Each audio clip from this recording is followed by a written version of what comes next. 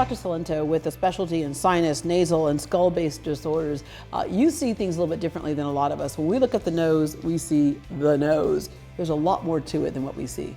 Yeah, the nose is a hollow structure, and cosmetically and functionally, it's very complicated. It's very complex.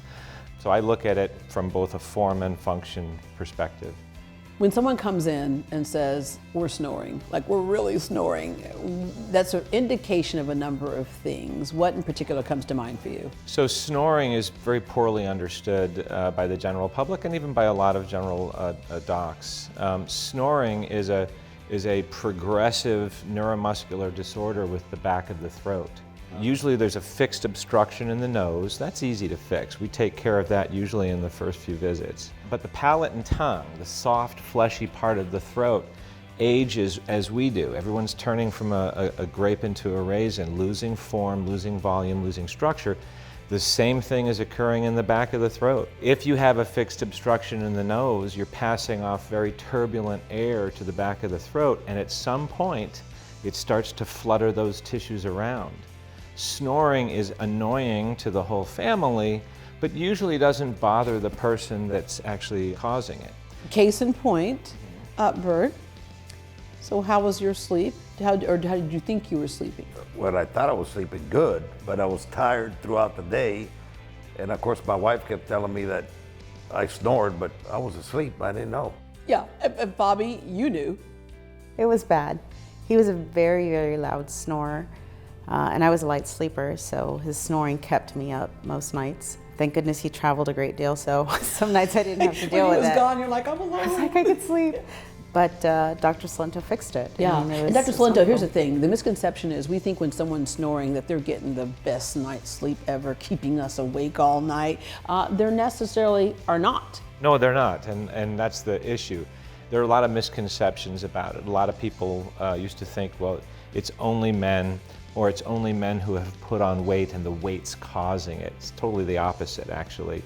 If you're not sleeping well and you're not getting rest, you tend to start to put on weight because that disruption throws all your hormones off as well. And there's a domino effect of different health issues. The health issues get worse and worse over time. Again, it's a progressive disease.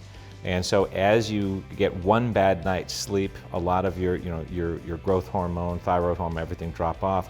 But with many micro disturbances over a long period of time, you start to put on weight, put stress on your heart, memory problems, impotence, and usually a higher risk of stroke, heart attack, and death ultimately. Yeah, all right. Did you notice that he stopped breathing at times throughout the night? 31 times per hour when he was tested.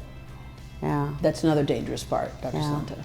Yeah, it's very dangerous. And so when I walk into a room, there's usually a disgruntled sleep partner sitting in the corner like this, and the person in the chair that's kind of like, I don't even know, What's they're happening? somehow Yeah. there. I just know I don't feel great when I wake up. This is a family problem. Yeah. Quite often it's a man in the chair that I'm seeing and a wife over there, but a lot of times the roles are reversed. Medical technology, what we love about it is that it advances, right? That CPAP machine was a good thing for a lot of people at one point.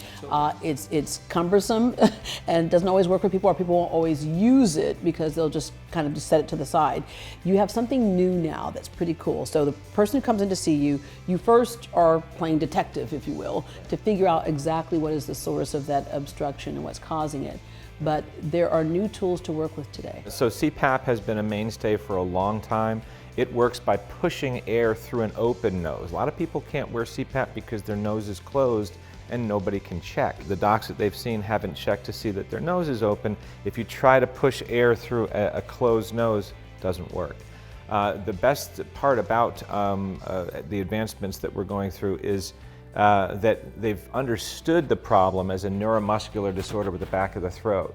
When you're walking around during the day, you don't snore, and that's because your brain is awake and you have resting daytime tone. The Inspire implant gives you daytime resting tone to the back of your throat even though your brain is sleeping. So it's a stimulator, and so we hook it up to the nerve that controls the tongue and the palate. Wow. And Bert, you decided to go ahead and do this. I did. I couldn't even tell you how good it's been. It's been fabulous, excellent.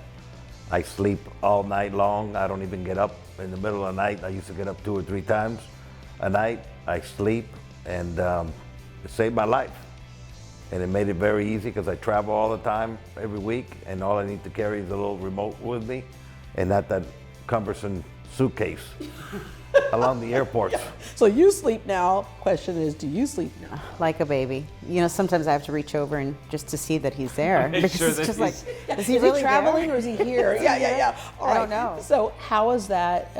I guess it's an implant. It's an implant. I think it is the best way that we have of curing sleep apnea by far. It has a much better profile than the mask, whatnot. Not everybody qualifies for it. You have to have the right anatomy. I have to find this nerve in your neck and tease out the anterior 18. It's 56 branches. I need the anterior 18. I do something called a drug-induced sleep endoscopy on everybody that asks for it.